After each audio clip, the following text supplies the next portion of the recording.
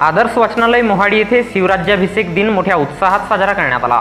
गोरेगाव तालुक्यातील मोहाडी येथील अ दर्जा प्राप्त ग्रंथालय आदर्श सार्वजनिक वाचनालय मोहाडी येथे दिनांक 6 जून 2024 रोजी शिवराज्याभिषेक स्थापना दिवस मोठ्या उत्साहात साजरा करण्यात आला।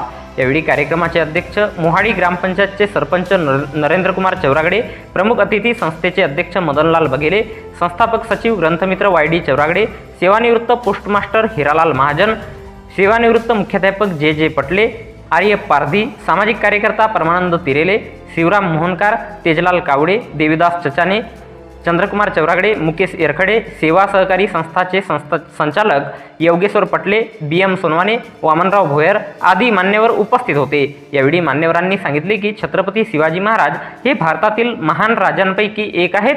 6 जून रोजी स्वराज्य स्थापनेचा सुवर्ण क्षण असलेला शिवराज्याभिषेक दिन आहे। 348 वर्षांपूर्वी छत्रपती शिवाजी महाराजांच्या हिंदू राज्याच्या शासक म्हणून 6 जून 1674 रोजी मुघलांची साम्राज्यवादीपणे सत्यात उतरू नयेत म्हणून शिवाजी महाराजांच्या राजगड किल्ल्यावर राज्याभिषेक केला। राज्याभिषेक झाला तेव्हा त्यांना क्षत्रिय कुलवंत आणि छत्रपती ही पदवी देण्यात आली।